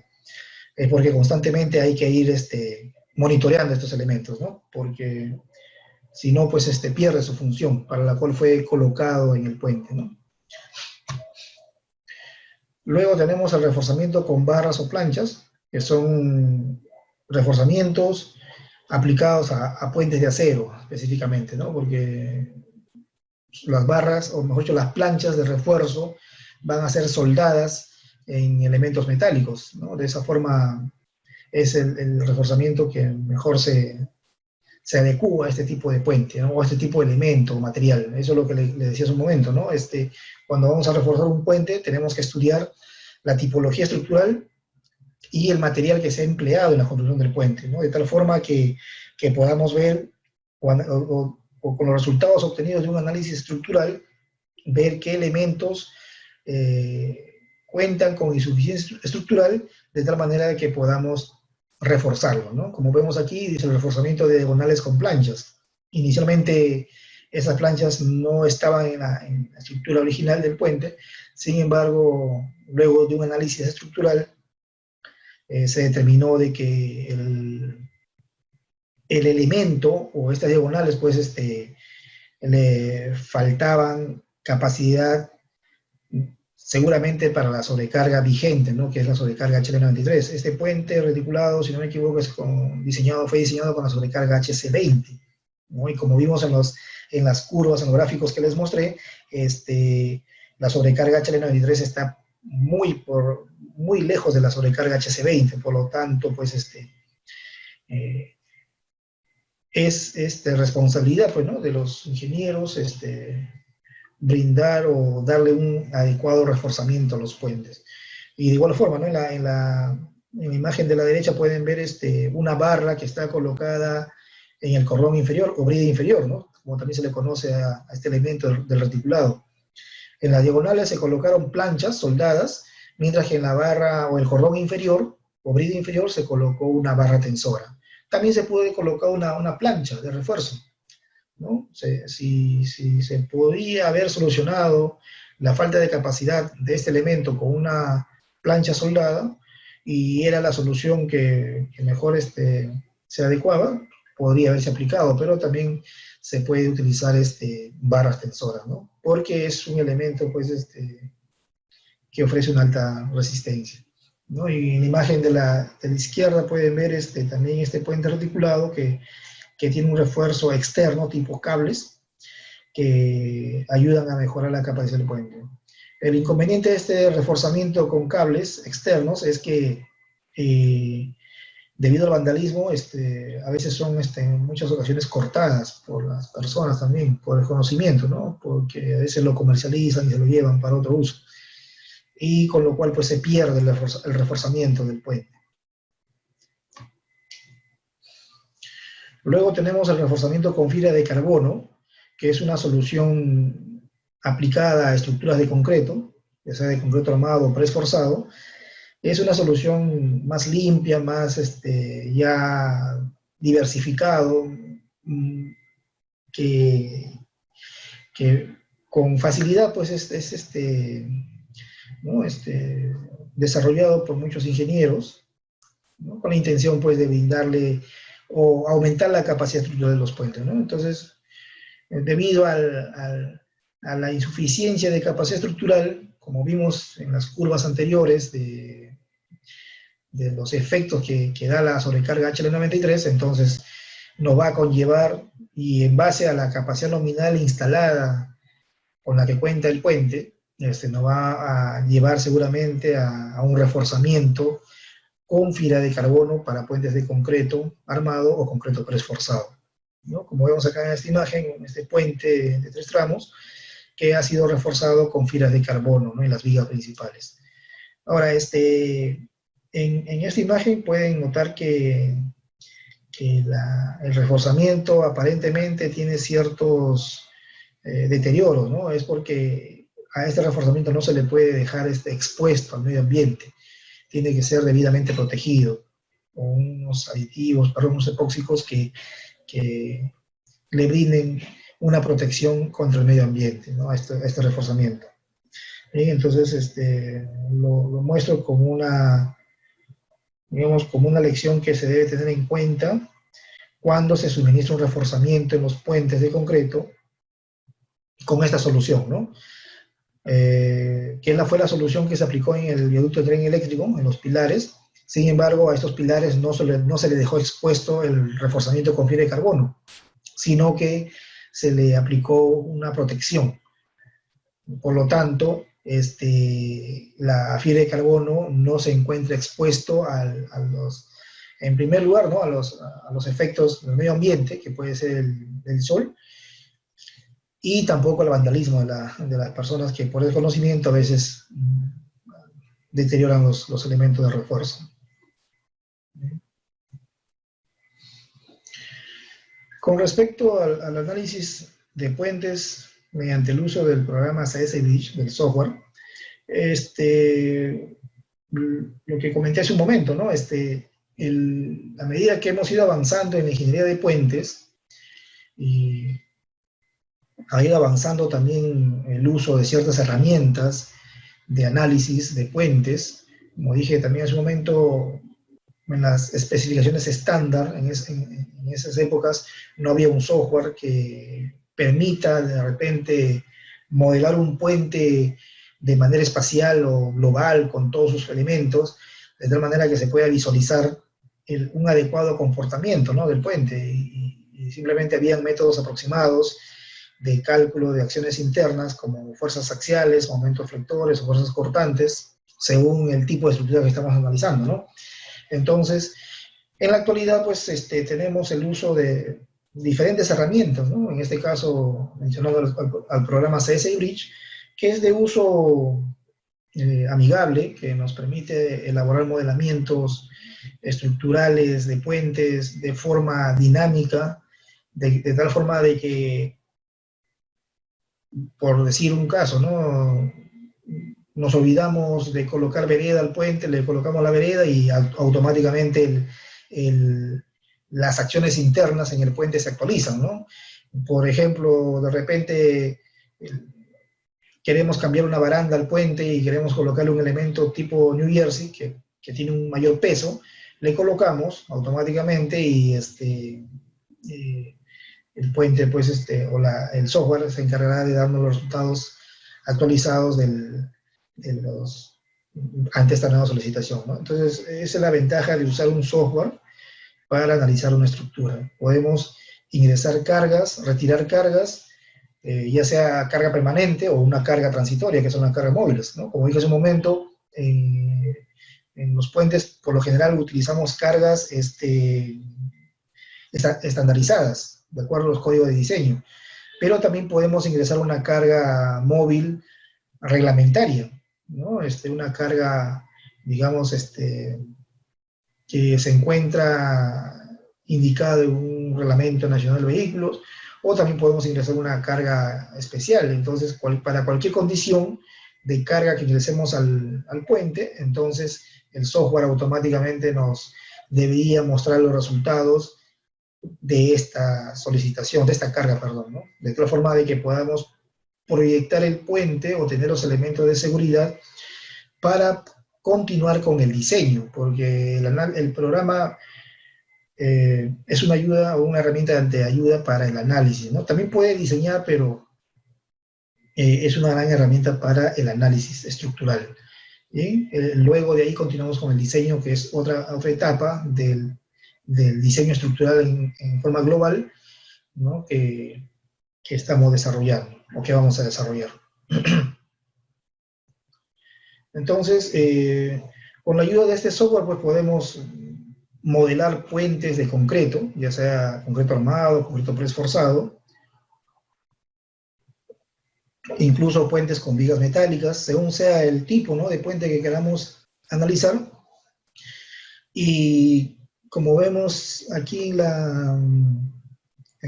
la imagen, vemos la sección transversal de un puente con vigas, en la cual pues estamos, en primer lugar, indicando, ¿no? o definiendo cómo va a ser el tránsito o la colocación de las cargas móviles, ¿no? Previamente tenemos que que plasmar la idea, ¿no? Decir cómo vamos a asignar la carga móvil en el puente, y eso lo reflejamos en el software, ¿no? Lo llevamos al software y vemos cómo podemos aplicar, cómo va a ser el tránsito, perdón, de las cargas móviles, ¿no? En este caso, acá en el papel o en un esquema hemos identificado 3 carriles de diseño, o 3 carriles virtuales, y en el software obviamente tenemos que reproducir esos 3 carriles virtuales, ¿no? De tal forma que podamos visualizar los efectos en las vigas, tanto interiores como exteriores, cuánto es lo que genera el tránsito de los vehículos reglamentarios o estandarizados, perdón, de diseño de puentes, al ser colocados de esta forma, ¿no? Entonces, y con lo cual, como ven en esta imagen, el software nos mostrará los momentos o cortantes, según sea el caso, que estamos buscando para los elementos estructurales del puente. Luego podemos también analizar con ayuda de este software puentes reticulados de cualquier geometría o cualquier configuración, entre tantas que puedan existir. Aquí vemos este puente reticulado un tanto antiguo, ¿no? que inclusive existen todavía en las diferentes rutas nacionales del Perú, y que, bueno, requieren de alguna forma ser evaluados, requieren de alguna manera una verificación estructural, y para ello, pues, con ayuda del software podemos modelar todo el puente, ¿no? De tal forma que podamos ingresar las secciones transversales de cada elemento del reticulado y ver de alguna manera cuál de estos elementos, cuáles de los elementos que forman parte del reticulado, pues requieren un reforzamiento, ¿no? De esa forma, por decir, si uno de los elementos de la brida superior o cordón superior tiene insuficiente capacidad estructural, entonces a ese elemento habría que aplicarle un reforzamiento, ¿no? Como vimos anteriormente. Entonces, luego de elaborar el análisis estructural y aplicar la metodología del rating, podemos visualizar o determinar con procedimientos de cálculos qué elementos del puente van a requerir un reforzamiento, ¿no? Pero para eso tenemos que elaborar un correcto análisis estructural, en la cual obtengamos las acciones internas, tanto de cargas permanentes, que es el peso propio, estructural y no estructural, y también de la carga móvil, ¿no? Que vamos a utilizar. ¿Bien? Y para esto, pues, obviamente necesitamos los planos del puente, ¿no? Que lo comenté hace un momento. Del mismo modo, podemos modelar puentes tipo arco, ¿no? Puente con ayuda de este software, y ver cuál es también del mismo modo, ¿no? El comportamiento de este puente, o desde el punto de vista, si queremos diseñar un puente también, ¿no? Un puente que se va a construir en un determinado lugar, podemos analizar un puente de esta tipología, ya sea un puente de arco de tablero superior, como vemos en la imagen, ¿no? Para evaluación estructural o para diseño, cualquiera sean las condiciones en la cual vamos a aplicar los conceptos de ingeniería de puentes, ¿no? De igual forma, ¿no? También podemos analizar un puente arco de tablero inferior de forma global, e incluso este puente tiene una configuración estructural un poco distinta a la habitual, ¿no? Los arcos se encuentran orientados hacia afuera, lo cual no es, no es una tipología, pues, común, ¿no? Y con las expresiones indicadas en los códigos de diseño antiguos, en la cual daban fórmulas aproximadas para calcular las acciones internas, pues, de alguna forma se pueden obtener las acciones internas en este puente, pero si tenemos un software de ayuda, como es el CS Bridge, entre otros que puedan haber, ¿no? Pero en este caso nos referimos a este programa, nos va a ayudar a realizar un modelamiento estructural del puente, ¿no? Con todos sus componentes, de tal forma de que podamos ver cuál será el comportamiento estructural de este puente y realizar un diseño adecuado, ¿no? Bien, estimados, ante todo, gracias por su atención. Espero que haya sido de la satisfacción la presentación. Recuerden que tenemos un tiempo corto y, bueno, se ha tratado de hacer una exposición que sea del alcance de todos, ¿no? Tocando algunos temas, algunos puntos de vista que, que sea de su interés, ¿no? Que lo motive a la investigación, o que sea tomado en cuenta en los proyectos que vayan a desarrollar los futuros ingenieros, ¿no? Porque veo que en la sala hay colegas con los cuales hemos trabajado y que es, digamos, habitual, ¿no? Aplicar estos conocimientos, estos conceptos en la ingeniería estructural de puentes. Sin embargo, hay alumnos o exalumnos que están en vía de formación, que, que necesitan de alguna forma conocer un poco más de la ingeniería de puentes, ¿no? Como dije hace un momento, la ingeniería de puentes también puede ser visto como, desde mi punto de vista, como comparado con la medicina, ¿no? Porque siempre vamos a estar investigando, actualizándonos y llenando de información, ¿no? De diferentes formas. Bien, gracias por su atención. Si tuviesen consultas, comentarios o aportes, aquí estamos todavía para seguir conversando. Muy bien, muchas gracias, ingeniero José Basilio, por su excelente presentación. Ha sido muy ilustrativa con los ejemplos que nos ha mostrado de experiencias reales de puentes, sobre todo el tema del reforzamiento. Y bueno, yo he venido compilando algunas inquietudes que le voy a transmitir. Justamente he tratado de juntar algunas parecidas y sobre todo mostrarle o transmitirle las más relevantes, ¿no? Si me permite, les voy a pasar algunas consultas que por aquí me ha manifestado el público. Bueno, vamos en orden. Al principio habían unas preguntas como la que me hizo José Antonio Bada, que es muy interesante. Él pregunta, ¿en qué casos se articulan, ¿no? Por ejemplo, ¿cuándo tomamos la decisión de isostatizar los puentes de arco, ¿no? O articularlos en general.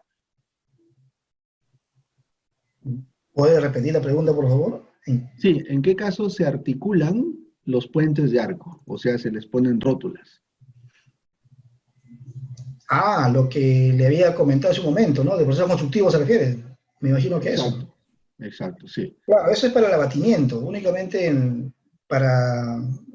Voy a poner la presentación, ¿ya? La lámina. A ver. Es con la intención de darle... a ver, ¿dónde está? Aquí, ¿no? Claro, es con la intención de darle el abatimiento o el giro al semiarco que de alguna forma puede ser de concreto o de acero estructural, ¿no? Entonces, la forma inicial de este semiarco pues es posición vertical, y para que llegue a su posición de diseño o final, tiene que girar pues mediante una articulación que comúnmente llamamos una rótula, que es un dispositivo especial, de tal manera de que a manera que se va soltando el cable con un equipo especial, este semiarco va girando, va rotando hasta que se encuentra con el otro semiarco en la clave, ¿no? Y luego se le da la seguridad o los anclajes que requiere. Y finalmente, la rótula que ha sido colocada únicamente con la finalidad de abatir el arco. Luego esa rótula va a quedar embebida dentro del arranque del arco. Entonces se va a convertir en un elemento monolítico, ya no va a estar rotulado, simplemente la rótula es con fines de abatimiento del arco, no es con fines en este caso, este puente no es con el tema de diseño estructural, ¿no? No es que va a quedar así durante su vida útil, sino es con la finalidad de girar nada más el semiarco en ambos sentidos y luego quede embebido dentro del concreto del arranque del arco. Entonces, cuando uno va a realizar una inspección, nunca va a ver a la rótula, porque se va a ver una estructura monolítica entre el arco y el arranque, ¿no? El arranque, que es un bloque de concreto dimensionado. Muy bien, muchas gracias, ingeniero. Por aquí tengo otra pregunta de Alexandra Andrade respecto a cuáles son las fallas que se presentan en puentes que tienen ángulo de esviaje. Si nos puede comentar algo al respecto. Ah, ya. Las fallas, por lo general, en este tipo de puentes, Y justamente esto es una de las aplicaciones que se le puede dar al uso de este software, del CC Bridge, es que en las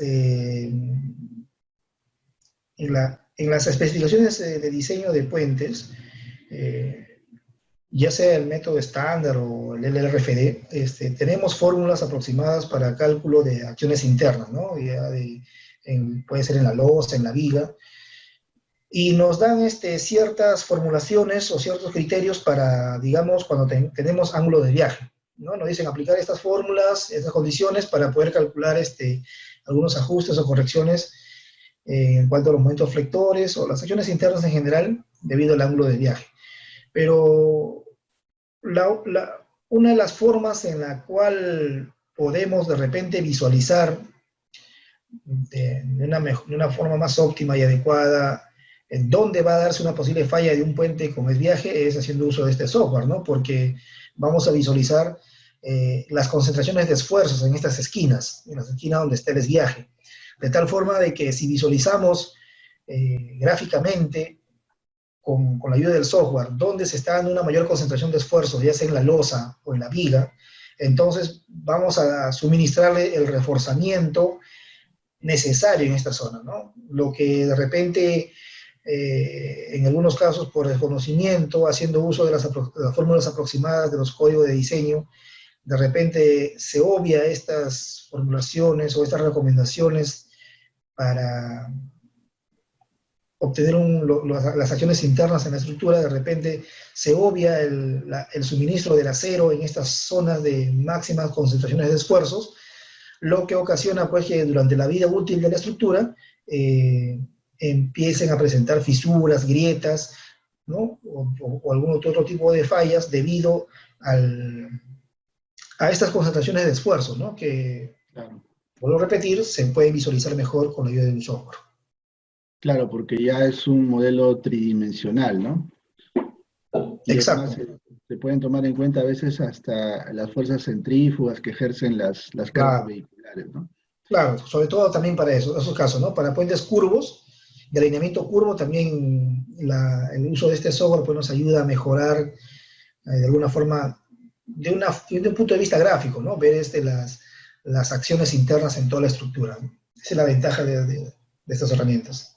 Acá tengo una consulta bien común sobre el tema de los rangos de aplicación, ¿no? Varios han preguntado, por ejemplo, longitudes máximas para vigas de concreto armado, ya sean pretensadas o postensadas, y también, por ejemplo, respecto a vigas de acero, ¿no? ¿Qué comentario nos puede hacer al respecto, ingeniero?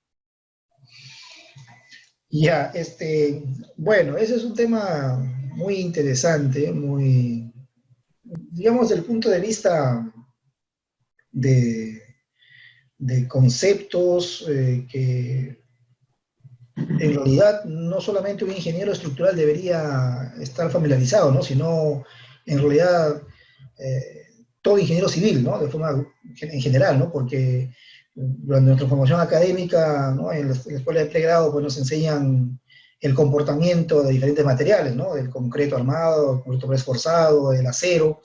Entonces, en virtud al comportamiento de los materiales, debemos tener en cuenta que estos materiales tienen ciertos rangos de aplicación para ciertas tipologías de puentes, ¿no? E incluso ese es un tema que los desarrolla en la universidad, ¿no? Ampliamente con los alumnos, porque en base al material que estamos utilizando o que se va a utilizar para un determinado puente, vamos a tener que seleccionar la mejor alternativa de reemplazo o construcción de un puente, ¿no? Entonces, si queremos, por ejemplo, construir un puente de 40 o 60 metros, tenemos que, en primer lugar, conocer los materiales, ¿no? Como por acá lo había indicado, ¿no? La tecnología de materiales. Tenemos que conocer qué ventajas nos dan ciertos materiales de tal forma que se puedan construir puentes de determinadas longitudes. Entonces, como preguntaron, ¿no? El concreto armado, preesforzado y el acero, ¿cuál es su rango de luces? Se podría decir que el concreto armado o un puente con vigas de concreto podría darse hasta luces de forma adecuada hasta 20 metros, ¿no? Sin tener mayor complicación. Y a partir de ese rango, hasta los 50 metros, entre 20 y 50 metros, podría emplearse concreto preesforzado en cualquiera de sus dos tipologías, ¿no? Post-tensado o pretensado, dependiendo de dónde estamos construyendo el puente, y podríamos seleccionar si vamos a utilizar pretensado o post-tensado. En el caso del acero estructural o puentes con vigas de acero estructural, el rango de longitud recomendada es hasta 60 metros, ¿no? Aunque en algunos casos se han construido hasta 70 metros. Bueno, en el papel todo se puede hacer, ¿no? Pero constructivamente es el problema, ¿no? Entonces, cuando vamos a construir un puente, por ejemplo, de 50 metros con vigas preesforzadas, digamos del tipo post-tensado, entonces tenemos que ver el entorno en el cual vamos a construir ese puente, si es factible hacer un encofrado para ese puente, ¿no? Y es más, si es que en el entorno del proyecto tenemos con las canteras para extraer los agregados para el concreto de alta resistencia.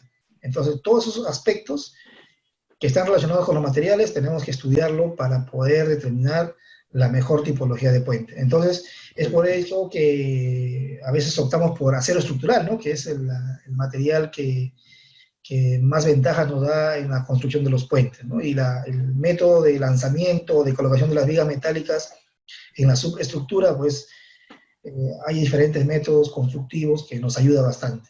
¿Bien? Entonces, hay rangos de luces, claro, para este tipo de puentes, que tienen que ser tomados en cuenta, de todas maneras. Correcto. Si me permite agregar, respecto a ese tema, hicimos un webinar de puentes también hace algunas semanas. Yo los invito a los que están presentes a que visiten nuestro canal en YouTube. Allí brindamos detalles sobre justamente esos rangos de aplicación, ¿no? Para las diversas tipologías, desde puentes de concreto, puentes metálicos, de sección compuesta, por ejemplo, y hasta los reyes de los puentes, que son aquellos sostenidos por cables, que a veces abarcan hasta kilómetros de paño central, ¿no? De tramo central, como el Akashi Kaikyo, que también nos mostró hoy día en la exposición. Entonces, ahí tienen bastante información. De hecho, Simétrica va a dictar también algunos webinars más sobre puentes, ¿no? Hay un webinar que también de aquí a 2 semanas les vamos a mostrar, pero ya orientado al tema de fallas estructurales.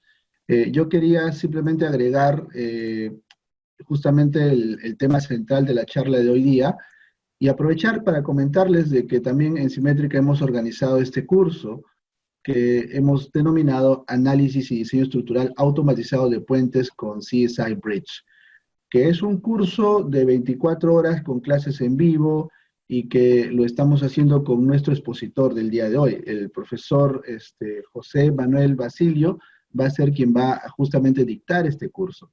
Y hemos diseñado un contenido bastante nutrido, también completo, ¿no?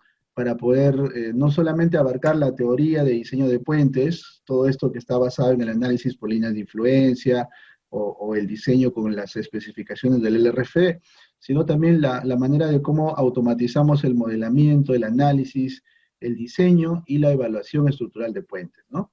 Esa es un poco la orientación de este curso y gracias a la aceptación del profesor Basilio es que lo vamos a ofrecer en Simétrica, lo vamos a dictar desde fines de este mes, ¿no? Y aquí les muestro nada más brevemente el folleto del curso. Esto es información que ustedes pueden tener acceso a través de los medios de contacto que Miriam les está dejando en el chat. Profesor, no sé si de repente nos pueda brindar algunos lineamientos sobre cómo se desarrollará este curso para que la gente conozca un poquito más en detalle, ¿no? A ver, gracias. La intención del curso es, pues, que los futuros ingenieros civiles y algunos colegas que también están, digamos, aprendiendo ¿no? a los guías, las actualizaciones con respecto al uso de herramientas de análisis de puentes, puedan tener acceso a los conceptos desde un punto de vista teórico, ¿no? De cómo, pues, analizar una estructura tipo puente haciendo uso del programa CSI Bridge. Pero es importante que el alumno, ¿no? Tenga en cuenta también los conceptos teóricos de las especificaciones de diseño de puentes, ¿no? Porque a veces podemos ingresar al software y avanzar rápido, pero si no sabemos específicamente, en primer lugar, reconocer la carga de diseño de puentes, entonces se hace un poco complicado, ¿no? Entonces es por eso que se ha visto como conveniente dar una pequeña sesión del aspecto teórico del análisis de puentes, ¿no? Las condiciones o los requerimientos de las especificaciones para poder analizar un puente. De tal manera que cuando apliquemos esos conocimientos en el software, los conceptos, los factores, las cargas, sea de fácil uso del participante, ¿no? Entonces, todo esto lo vamos a ver en unos ejemplos, que viene a ser un puente tipo losa, ¿no? De concreto armado, que es una estructura, se podría decir, las más esenciales o más básicas del ingeniería de puentes, pero que de alguna forma nos va a ayudar a entender cómo se ingresan o cómo se definen las cargas, ¿no? Ya sean permanentes o cargas móviles. Asimismo, se puede hacer una verificación de las deflexiones. Ahora, el tema de las losas también no solamente se ve en un puente de esa tipología, sino también está presente en las losas apoyadas sobre vigas, ¿no? Entonces, la utilización de la losa es en forma general. Luego podemos avanzar con un puente tipo viga y losa de concreto armado, ¿no? Entonces, de igual manera, ¿no? Hacer un modelamiento completo de un puente, ¿no? Con ciertas condiciones, aplicando la sobrecarga de diseño HL93, y de igual manera podemos hacer una verificación rápida mediante las fórmulas aproximadas del H2LRFD para que podamos visualizar, o para que el asistente, el participante, el alumno pueda ver la diferencia, ¿no? Entre las acciones internas obtenidas mediante las especificaciones H2LRFD y las acciones internas obtenidas con el software, ¿no? En realidad no, hay mucha diferencia debido a que las fórmulas son, pues, métodos aproximados desde el punto de lado de la seguridad. Entonces es una decisión ya del ingeniero, pues, tomar los resultados más adecuados, ¿no? Para el diseño del puente. Lo mismo con puentes en sección compuesta, ¿no? Que son puentes conformados por vigas metálicas, la cual también se piensa analizar una estructura completa, ¿no? Con todas sus características, y mediante las especificaciones H2LRFD podemos de repente verificar los esfuerzos por fatiga en este puente, ¿no? Debido a la carga HL93 o a carga transitoria, pero netamente para fatiga, ¿no? Que es un comportamiento que no se ve en la estructura, ¿no? Es difícil de visualizarlo, pero que tenemos que tomarlo en cuenta en la etapa de diseño y verificar sobre todo el número de ciclos de carga y descarga en el puente, ¿no? En la estructura metálica. Lo mismo podemos hacer con un puente reticulado, como con el que vimos en la presentación, ¿no? Analizar por completo este tipo de puente, ver la importancia digamos, de considerar o no considerar la losa en el puente, ¿no? Que es un elemento, que bien es cierto, es un elemento estructural, pero que de alguna forma, en algunos casos es conveniente, en algunos casos no es conveniente colocarlo en el modelo, ¿no? Porque como que afecta a los resultados, le quita las acciones internas al cordón inferior de la estructura. Entonces, todo eso lo podemos visualizar y analizar en el puente, ¿no? Y de igual manera, también podemos considerar la asignación de cargas especiales, ¿no? Que son las cargas que comenté, que no son cargas de diseño, sino son cargas sobredimensionadas, que tienen ciertas condiciones para el tránsito sobre los puentes, ¿no? Su tránsito no es igual al de un vehículo reglamentario o de una carga de diseño. Y finalmente podemos de repente hacer un ejemplo corto, ¿no? Unos rasgos rápidos para puente arco y puente colgante, ¿no? De tal forma de que el participante pueda ver la utilización de este software, ¿no? Para cualquier tipo de puente. Como hemos visto, desde un puente pequeño y vamos avanzando a un puente de mayor dimensión, ¿no? Entonces, el enfoque de este curso. Muy bien, ahí tienen, digamos, a grosso modo el contenido de este curso, ¿no? Que se ofrece en Simétrica, como ven, de manera integral, ¿no? Para no solamente aprender a manejar el software, sino apoyarse con lineamientos teóricos y sobre todo normativos, que en este caso se basan en el LRFD, que es una norma de diseño americana, ¿no? Y por lo tanto aplica a cualquier contexto, porque el HL93 es la sobrecarga vía vehicular que pues se usa hoy en día de manera convencional, ¿no? Eh, Bien, ingeniero, disculpe que le saquemos el máximo provecho. Ya le voy a pasar unas últimas preguntas, creo que dos preguntitas más para cerrar. Hay un montón de preguntas, sinceramente, pero algunas de ellas se han absuelto dentro de la charla, ¿ya? Y las que no se puedan absolver ya por razones de tiempo, pues tendremos que verlo de repente en un próximo webinar o tal vez dentro del curso para aquellos que deseen participar. Perfecto. Me ha parecido interesante aquí en las últimas consultas que veo por el chat, si puede comentar algo sobre la metodología de rating, ¿no? El tema de calificación, evaluación de puentes, cómo se hace, cómo es la normativa, porque eso es una novedad también para los presentes aquí, ¿no? Y si es que se hace con el software también, ¿qué comentarios nos puede hacer, ingeniero?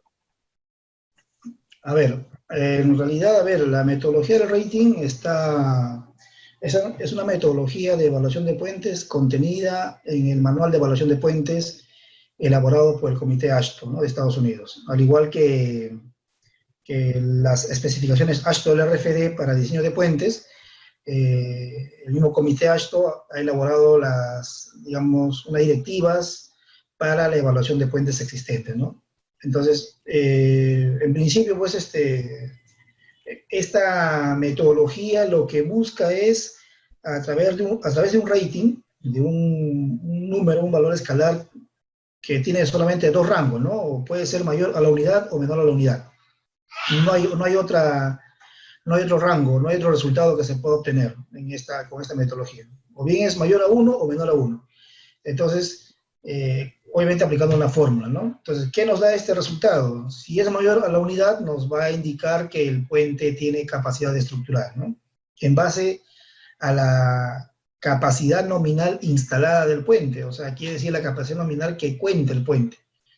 Entonces, esta capacidad nominal la vamos a obtener en base a tres parámetros indispensables, que viene a ser la resistencia del concreto, para puentes de concreto obviamente, el área de acero colocada en el puente de concreto, puede ser la fuerza de preesfuerzo que esté aplicada en el puente, puede ser para un puente reticulado que es de acero estructural. Entonces, para cualquier puente vamos a tener que determinar en principio su capacidad nominal, ¿no? Entonces, en base a esta capacidad nominal, vamos a tener que determinar con las cargas permanentes y la carga HL93 el rating de la estructura. Recordemos de que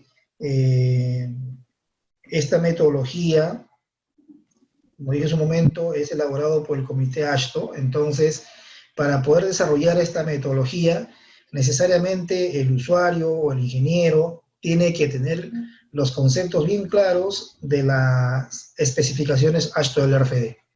Si no tenemos en cuenta o no sabemos a detalle las especificaciones AASHTO del RFD, entonces las especificaciones LRFR digamos que se van a complicar un poco porque los factores, los parámetros, las cargas, todas las condiciones son de las especificaciones LRFD. Entonces, es por eso que tenemos que, en primer lugar, que conocer bien estas especificaciones.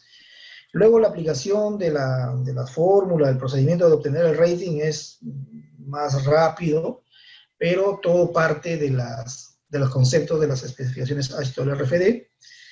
Y como dije, ¿no?, los rangos de resultados que vamos a obtener es mayor a 1 o menor a 1. En caso de que sea menor a la unidad, entonces quiere decir que el puente tiene insuficiencia de capacidad estructural, ¿no? Entonces, en ese sentido, habrá que buscar una solución para aumentar la capacidad estructural.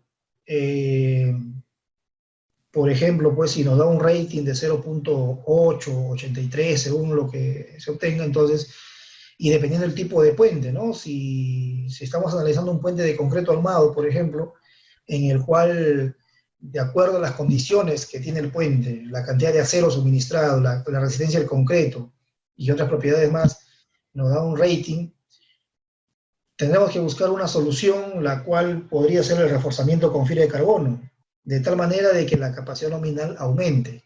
Entonces, con esta nueva capacidad nominal, evaluamos nuevamente el rating y si superamos a la unidad, entonces quiere decir que el puente ya se encuentra en óptimas condiciones, ¿no? Para seguir prestando servicio. Lo mismo con los puentes reticulados, ¿no? Si tenemos ese tipo de estructura y determinamos que mediante el rating uno de sus elementos tiene baja capacidad estructural, entonces al aplicarle un reforzamiento externo, ya sea con una plancha adosada, una plancha soldada o un cable, una barra de preesfuerzo, aumentamos su capacidad nominal.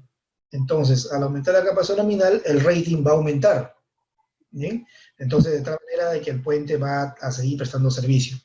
Ahora, si este rating es muy bajo, por decir un número, ¿no? 0.7, 6, 5, entonces quiere decir que tiene muy baja capacidad estructural del puente, ¿no? Es demasiada la diferencia.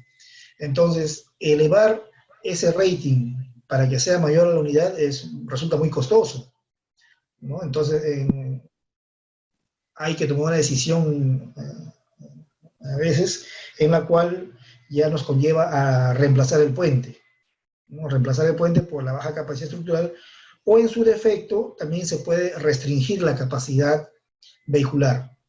Entonces, para ello, en el código, digamos, en la metodología del rating, en el manual de evaluación de puentes, el código AASHTO nos da, digamos, unas configuraciones vehiculares, llamadas vehículos legales, con la cual podemos, de alguna forma, restringir la capacidad de carga máxima en los puentes, ¿no? Por ejemplo, si tenemos un puente con rating de 0.7, y como dijimos al comienzo de la presentación, ¿no? El ciclo del proyecto de un puente pues, es un poquito extenso, y no es que cambiamos el puente de un día para otro, sino que el puente sigue en uso, por lo que debemos suministrar un reforzamiento o una medida de prevención. Por lo tanto, en muchas ocasiones se restringe la capacidad de tránsito vehicular. ¿Qué quiere decir? Si antes el puente tenía una capacidad qué sé yo, de 40 toneladas,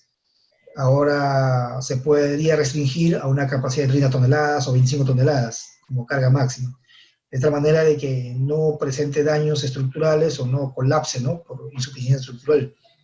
En tanto, se puede elaborar un reforzamiento o un reemplazo del puente, de ser el caso, que es la solución más recomendable, ¿no? Es por eso que a veces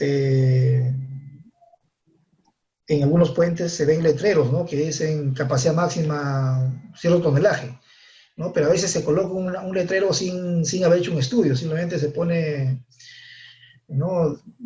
Porque a alguien se le ocurrió poner una capacidad máxima, pero hay que realmente elaborar un estudio de capacidad del puente para pues realmente saber cuál es la capacidad máxima que puede soportar la estructura, ¿no? Y para eso existe la metodología del rating.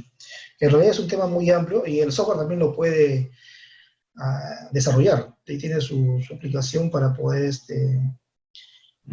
determinar el rating del puente, ¿no? Pero excelente. Es mucho mejor con una hoja de cálculo. Se puede visualizar, se puede, digamos, ir viendo paso a paso cómo va mejorando los resultados a medida que vamos suministrando un refuerzo a la estructura, ¿no? Es un trabajo muy interesante, muy bueno, digamos, para la estructura, ¿no? Para el puente. Muy bien, ingeniero, muchísimas gracias. A nombre de Simétrica, le agradecemos infinitamente por su tiempo, por permitirnos hoy día aprender un poco más sobre la ingeniería de puentes, ponernos al día, sobre todo con las tendencias, y yo creo que ha sido de máximo provecho para la audiencia. Ingeniero, lo comprometo para, bueno, no solo para el tema del curso que tenemos organizado con Simétrica, sino de repente en un futuro para que siga compartiendo con nosotros alguna información relacionada con sus temas de investigación. Y muchas gracias por estar aquí.